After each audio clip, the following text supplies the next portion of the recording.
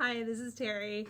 Hi, I'm Jim. This is Blue. Blue the dog. Blue's starting out with us today. That's nice. She usually comes at the end, at the tail end to say hello to everybody. She wanted to jump up, Yeah. and she always gets her way. Yes, she does. Princess Blue. Alrighty. Well, welcome to Onboard with the Osborns. Today is, I know it's 2022. Mm-hmm. It's January January, 3rd, maybe. 2nd. Who cares? We're retired. We don't care. The We don't care. 3rd, January 3rd, 2022. Good to know what month it is. It's really good to know what month it is. Eh. Yeah. So happy New Year. And this is December's video, December 2021. And last month we sold our boat, of course, and talked about, we started our backstory, our very first time that we had ever been on the water together. But what we didn't share was that Jim grew up on the water. So he's always been, well, why don't you explain your experience as a child on the water, James? Oh, just spent a lot of time outdoors. Taught to fish and hunt and swim and, all that stuff. A lot of time on the Platte River and various lakes around, doing all kinds of fun things. A lot of fishing. My parents used to take us up to Minnesota on fishing trips and down to the Ozarks on fishing trips. And stuff like that. And Awful. my dad had a old trailer house that he pulled down to the Platte River bank for a hunting shack mostly. Well, they and called it the fishing. cabin on the river, and I thought that's what we were going to when he first took me. It was called the cabin on the river. The whole family called it that. There's various definitions of cabin. It was not a cabin on the river. It had electricity. It did have electricity. It had an outhouse. Oh my God, No it was running brutal. water. It had was, a hand pump for water. and you couldn't. I mean, there are no roads to it. You drove like a mile. A cattle trail Yeah. type thing. Anyway, yeah. Well, we didn't. Yeah. And so Jim grew up on the water. I did not grow up outside. Period. No, as kids we played outside, but I was not an outdoors person. Okay, so today we're going to talk about the first 20 years on the water as a married couple. And it was canoeing.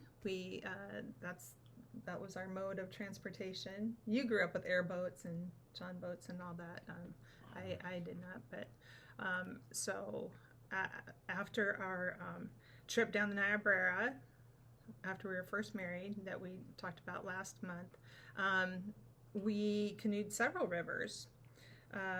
We canoed the Platte River with my brother Bill and my niece Jill. Shout out to them.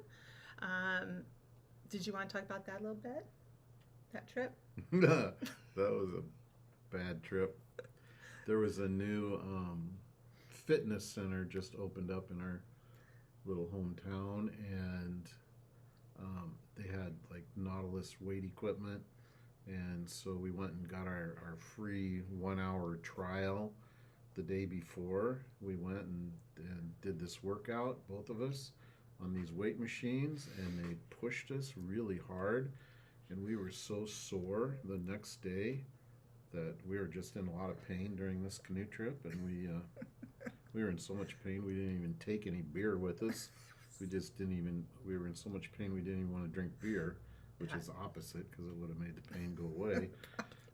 But we were really sore, and we didn't know that we were not going to be able to walk the next day. The guy just kept saying, "Okay, 5 more reps, 10 more reps," and Jim and I were not athletic people, and so it was brutal. The next day, we could not even get out of bed. And we thought, "Oh my God, we've got to canoe the entire Platte River," we weren't gym rat type people. We were gym rat, athletic. We did things physically. I don't know. You're far more athletic than I was, but we went on to become more athletic. We were runners. We played softball. We played volleyball later on in our years, but at that point we were not very active physically.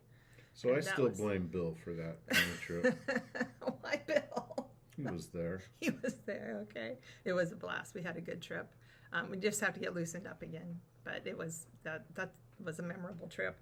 And then we also canoed the Elkhorn several times. That's the only trip I can remember down the Platte River.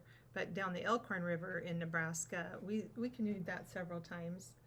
Mm-hmm. One memorable trip. Did you want to talk about that? What one? The one. Well, and I think the reason I feel that this story has bearing on our sailing years coming up was we got caught on the river at night, and I had never canoed at night. I was still pretty new to outdoors life, and the river came up, which I didn't know rivers do that at night, and it came up and it became very fast, and I was petrified. I was out of my element to begin with, but then to be in pitch dark. What are your memories of that? Well, it was a 2-day trip we had planned. We didn't get caught at night. We just got up too late and didn't get started and like went us. too slow. So it just took a few hours longer than we thought it was going to get to our car. That's funny. But, yeah, because you got to get out at the get out point. When you're canoeing downriver, you have to wait till you get to the get out point. That's where our car was. Yeah. So we needed to get out where our car was. And just took a while to get there. But it was nice that the river came up. So when we started getting uncomfortable about how long it was taking, we started moving faster. So that was good. Right. But when you don't know what you're doing and you're moving faster, it was a little terrifying for me. But why this has bearing on our sailing years, I feel, is because later, 20 years later, we ended up sailing at night, and I loved it. I really liked sailing at night. And I think, if I had not had that experience 20 years before, it probably would have been a little terrifying for me, but I ended up loving night sailing. Anyway, on Lake Belton, but I liked night sailing. Not so much on Lake Travis, but I just did not know the lake that well. But okay, so that was Elkhorn trip. We made a trip on the Elkhorn River with Jim's sister Mary and his brother-in-law Ed.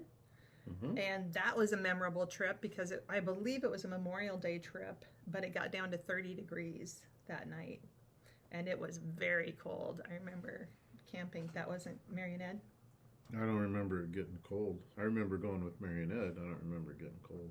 Oh, that's what I remember from that trip. And let's see. And then we also went back to the Niobrara.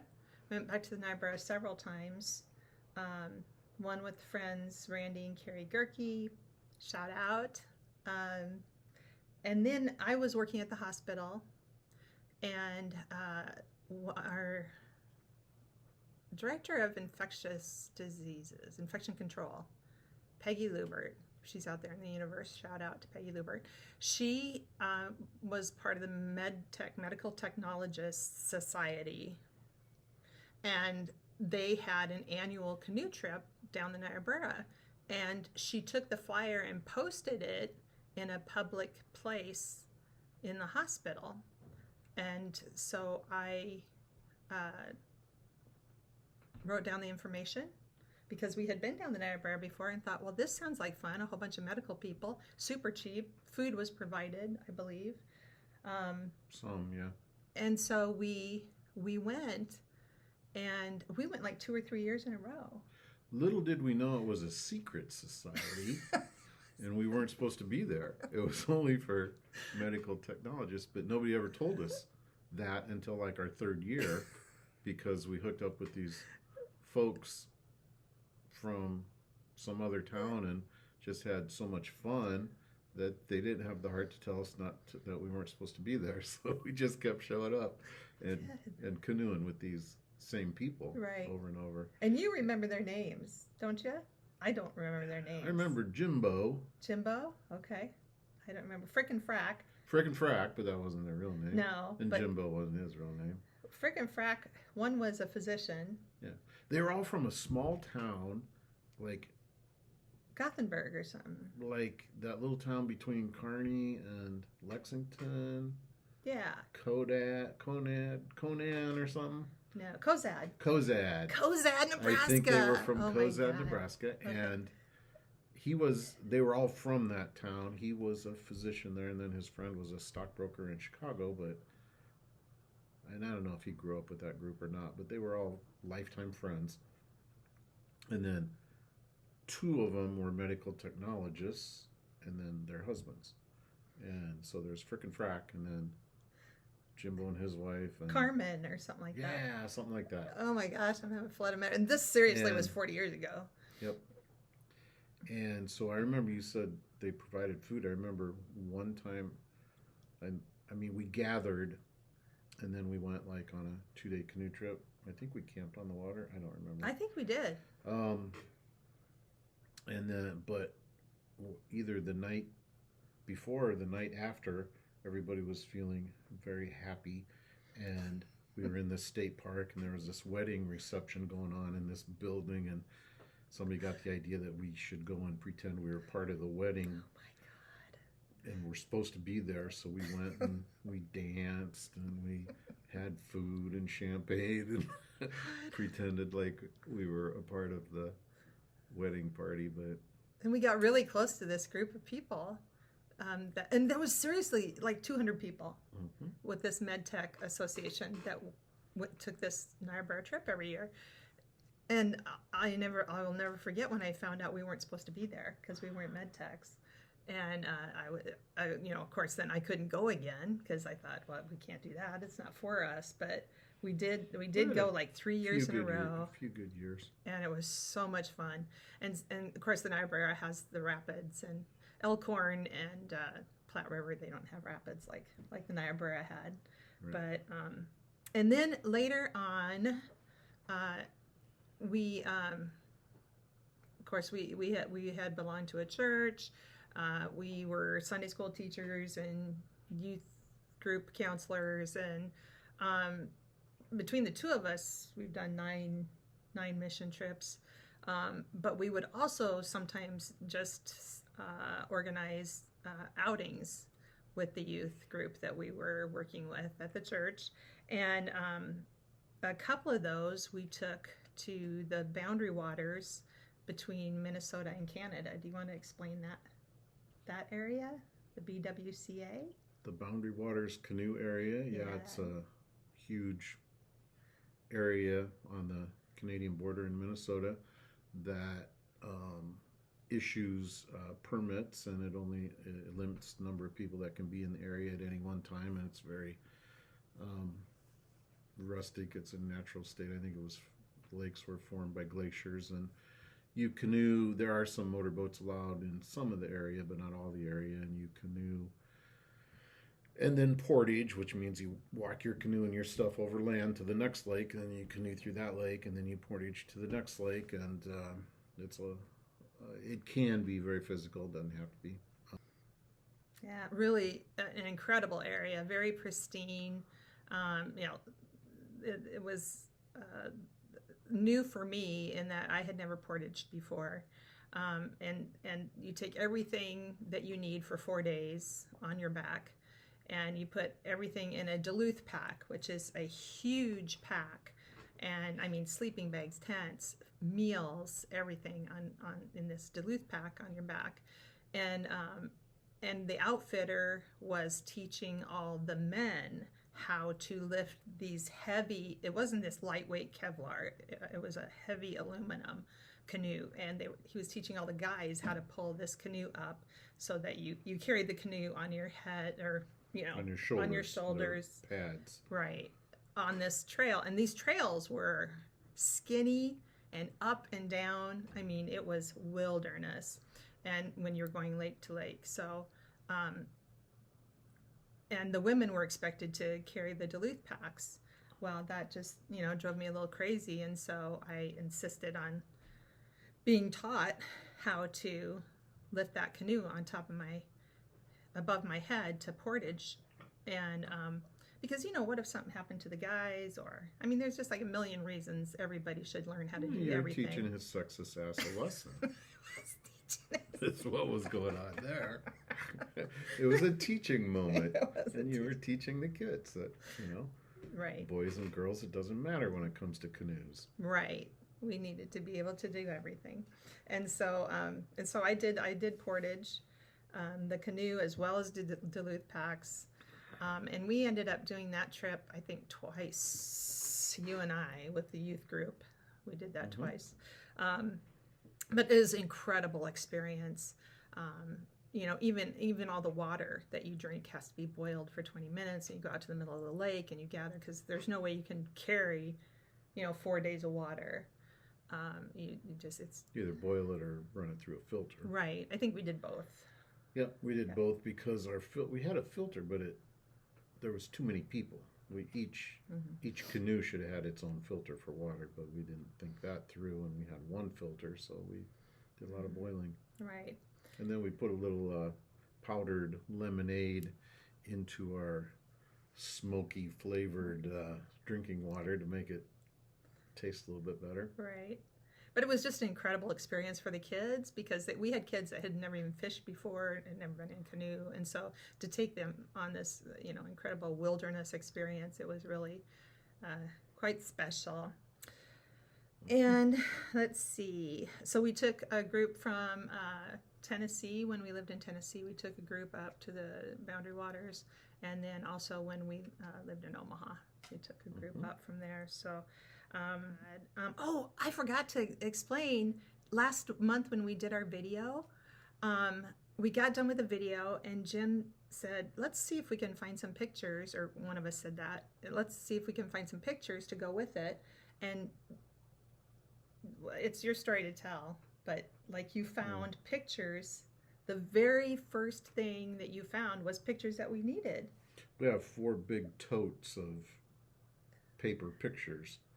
A lot of them are in envelopes, a lot of them are scattered and disorganized, and we were looking for specific pictures, and the first tote I opened and the first little photo album that I grabbed had those pictures in it, so that was lucky. It was pretty incredible, the universe provided. And so we said, oh my gosh, well, let's include these pictures in our video.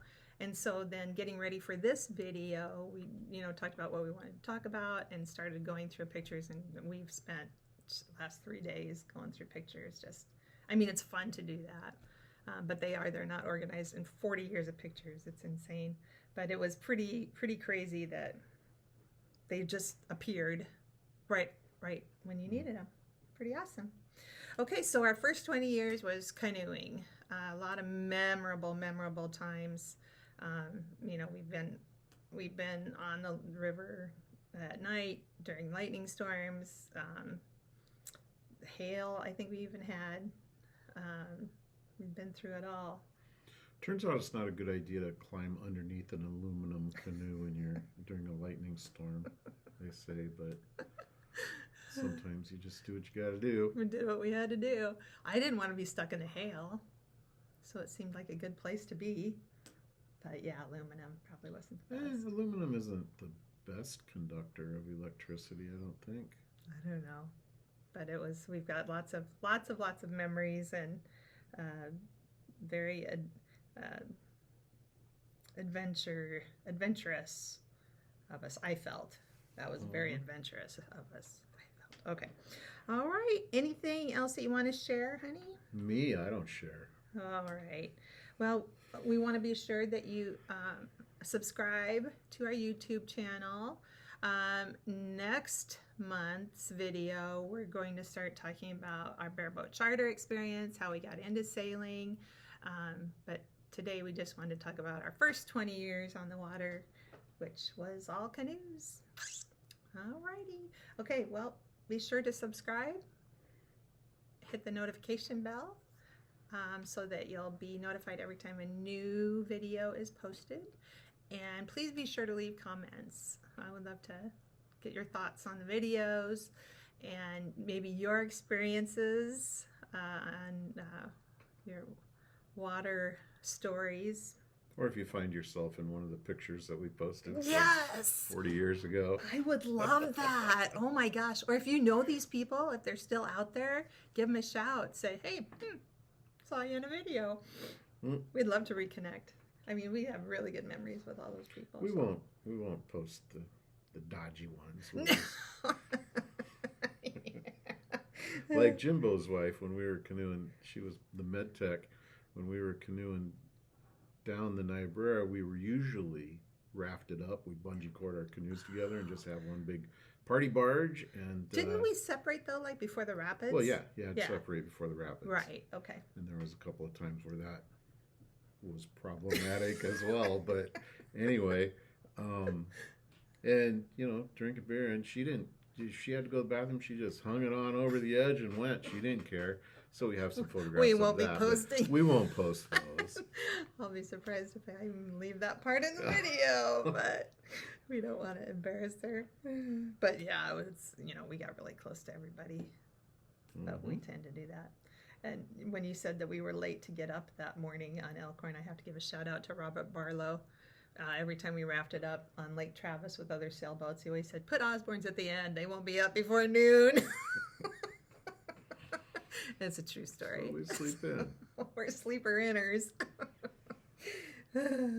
I like to stay up really late with all my friends, but they get up like at 6 and start having champagne and orange juice, Bloody Marys. It's like, what's the matter with you people? Yeah, we did like to sleep till it was hot out.